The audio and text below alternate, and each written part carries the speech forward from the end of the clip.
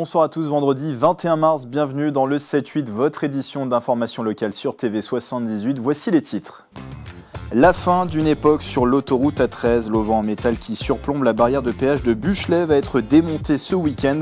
L'opération se déroulera dans la nuit de samedi à dimanche et va occasionner une fermeture de l'axe, les détails à suivre. Nous prendrons des nouvelles de Léana, une jeune Yvelinoise que nous avions rencontrée pour la première fois il y a 4 ans. Elle est atteinte du syndrome cardio-fascio-cutané, une maladie génétique rare qui l'handicape lourdement. Vivre avec cette pathologie devient de plus en plus difficile au quotidien pour elle et ses parents. Portrait. Et puis l'Eco-Trail de Paris revient pour une 18e édition ce samedi et dimanche. Les runners vont traverser le département, départ du 80 km depuis l'île de loisirs de Saint-Quentin en Yvelines. Ce qu'il faut savoir dans notre page dédiée aux idées de sortie du week-end.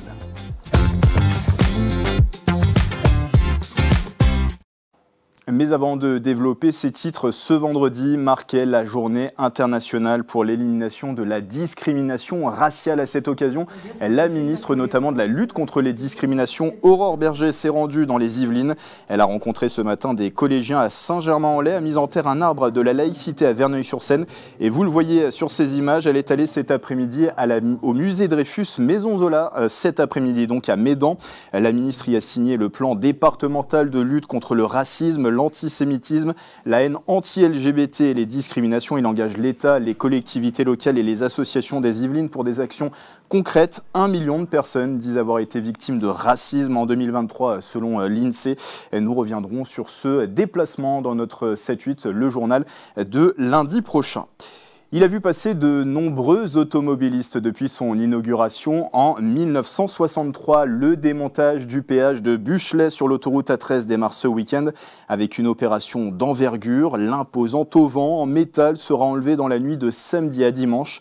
Conséquence, la 13 sera fermée dans les deux sens de circulation de 20h samedi à 8h30 dimanche entre les diffuseurs numéro 13 Mantes-Ouest et le numéro 15 de Chauffour. Des déviations seront mises en place. Ce chantier s'inscrit dans le cadre des travaux de transformation de l'axe Paris-Normandie en péage en flux libre effectif depuis décembre.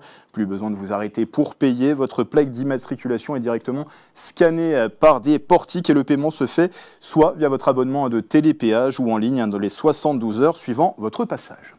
Transport toujours, mais à Guyancourt, cette fois-ci, une nouvelle station de recharge pour véhicules électriques vient d'être mise en service. 8 places sont accessibles au centre commercial Asensio, situé rue de Dampierre. Elles font partie du réseau national de 1000 stations, dont 10 présentes dans les Yvelines, gérées par l'entreprise PowerDot. Il s'agit de bornes de 200 kW pour de la recharge dite rapide. Un point de recharge lente pour des véhicules type Renault Zoé est également installé. Les utilisateurs peuvent donc recharger leur véhicule pendant leur course. Écoutez ses propos. On souhaite proposer cette recharge à des électromobilistes sur 30-45 minutes, le temps des courses. Et on a adapté la puissance de cette station au comportement de ces électromobilistes qui viennent faire leurs courses et en même temps, en parallèle, recharger leur voiture. Côté tarif, comptez 62 centimes par kilowatt pour de la recharge rapide, 47 centimes pour de la charge lente. Aucun frais de parking ne vous sera demandé. Nous l'avions rencontrée pour la première fois en 2021. Léana est aujourd'hui âgée de 15 ans. Cette jeune habitante de Naufle-le-Vieux atteinte du syndrome cardio-fascio-cutané. C'est une maladie génétique rare qui l'handicape lourdement. Son quotidien devient aujourd'hui de plus en plus difficile pour elle et ses parents, Aurélie et Gaël. Depuis peu, Léana fait également des crises d'épilepsie, l'un des symptômes de sa pathologie. Une vie faite de résilience que met en lumière Clara de Frutos. Voici Léana, 15 ans, atteinte du syndrome cardio-fascio-cutané, une maladie génétique rare et non héréditaire. On ne fait pas la fois dans l'escalier. Oui, je sais, tu regardais derrière, c'est bizarre, il y a une caméra. Non, regarde devant toi. Déjà parents d'un premier garçon, Aurélie et Gaël accueillent des jumeaux en 2009, Nathan et Léana.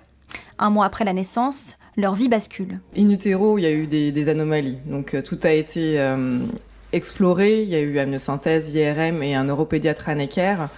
Et tout était statistiquement parlant normal. Sauf qu'au bout d'un mois de vie, Léana s'est mise à avoir de forts vomissements et elle mangeait plus. Le diagnostic a été posé à 3 ans, enfin quand elle avait 3 ans. Que vous dire sur cette maladie, c'est qu'il y a des atteintes cardiaques, cutanées et ces enfants ont un faciès un peu typique. Dans certains cas, les enfants atteints de cette maladie sont également reconnus autistes.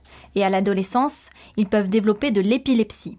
ce qui est le cas de Léana. On savait que c'est une épée Damoclès qui nous pendait un peu au-dessus de la tête. Et effectivement, quand c'est arrivé, on n'était pas forcément surpris, mais c'est vrai que on n'est pas préparé à ce genre de choses, surtout quand ça touche quelqu'un de sa famille. Maman était petite. L'épilepsie, moi, c'est quelque chose auquel je pensais depuis longtemps. J'avais peur de ça, parce que je savais que dans le syndrome, ça existait. C'est quelque chose auquel on n'est jamais prêt. Elle a fait 4 états de mal. 4 états de mal. Donc un état de mal, c'est en fait une crise d'épilepsie qui dure plus de 20 minutes. Et que les médicaments n'arrivent pas à stopper. Donc Léana, elle a été hospitalisée 4 fois dans ce contexte-là. Intubée et mise en coma artificielle 1 fois parce qu'ils n'ont pas réussi à stopper la crise. Et pour stopper la crise, c'était le seul moyen. On a l'impression que son enfant part et on peut rien faire. Elle se mord la langue, elle saigne souvent. Enfin, c'est assez impressionnant. À la naissance de Léana, Aurélie a été obligée d'arrêter de travailler. Car après près de 6 ans, la jeune fille n'avait pas de structure. En 2015, elle a finalement intégré l'Institut d'éducation motrice à Marne-la-Coquette. C'est vrai qu'il y a des gens qui pensent qu'on a peut-être fait le mauvais choix il y a 15 ans de la garder avec nous, mais laisser Léana en structure 24 heures sur 24, on était incapable, c'est notre fille, ça reste notre fille, et comme ses frères, elle n'a pas choisi, on n'a pas choisi.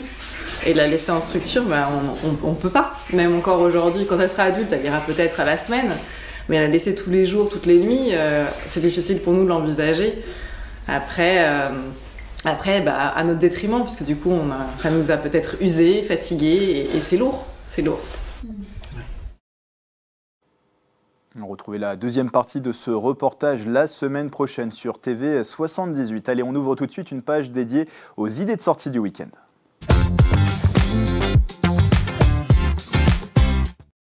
C'est un classique à Saint-Quentin en Yvelines avec le retour des beaux jours. La course de printemps, c'est ce dimanche à Voisins-le-Bretonneux.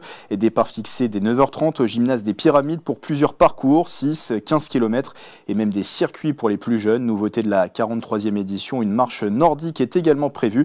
Et n'hésitez pas à venir déguiser sur le thème du printemps. Les meilleurs costumes seront récompensés. Ce week-end également a lieu l'Éco-Trail de Paris. Des milliers de coureurs vont traverser le département des Yvelines. C'est une compétition qui a été créée en 2008 et qui se veut éco-responsable. La course phare sera une nouvelle fois le 80 km au départ de l'île de loisirs de Saint-Quentin en Yvelines. Interview express réalisée par Mickaël Elmidoro. Cette année, c'est 17 000 coureurs inscrits et ça va être réparti sur 2 jours.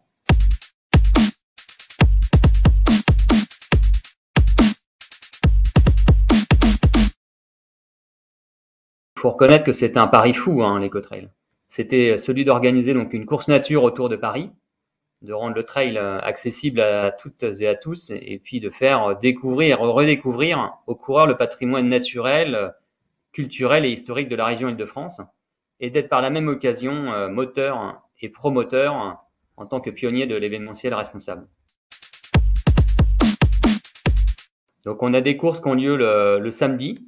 Donc on aura le 80 km au départ de l'île de loisirs de Saint-Quentin en Yvelines, avec une arrivée à Paris au premier étage de la Tour Eiffel. On a également le 45 km qui a lieu le samedi. Donc le 45 km, il va partir des jardins du château de Versailles pour arriver au pont d'Iéna, face à la Tour Eiffel. Et on a également un 30 km, donc un 30 km qui va partir de l'Observatoire de Paris au niveau de Meudon, sur le site de Meudon. Et qui va arriver aussi au pont d'Iéna, où on a une nouvelle épreuve qui fait 35 km, et c'est une épreuve qui a lieu le dimanche, ça. C'est un parcours un peu difficile parce que si on part trop vite, généralement, on a du mal à arriver au bout, dans le sens où les 20 premiers kilomètres, entre l'île de loisirs de Saint-Quentin en Yvelines et le premier ravitaillement qui a lieu au château de Buc, on va dire que c'est relativement plat. Donc si on part trop vite, une allure de semi-marathon, généralement on a du mal à finir. Pourquoi ? Parce que derrière, il y a beaucoup de dénivelé. Alors c'est des nombreuses petites collines, on va dire.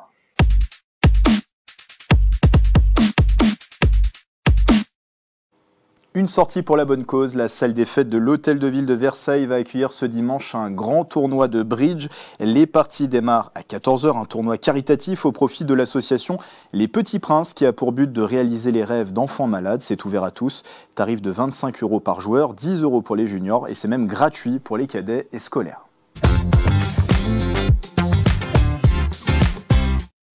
Autre événement solidaire avant de vous laisser, le 31e SIDAction s'est ouvert aujourd'hui, c'est jusqu'à dimanche, c'est le week-end d'appel à la générosité pour financer la recherche, les soins et les programmes d'aide aux personnes vivant avec le VIH. Elles sont près de 40 millions dans le monde. Vous pouvez faire un don par SMS au 92 110 ou sur sidaction.org. Voilà, c'est la fin du 7-8. Merci de votre fidélité. Dans un instant, Pause Nature suivie d'Authentique. Belle soirée et très bon week-end à tous sur TV78.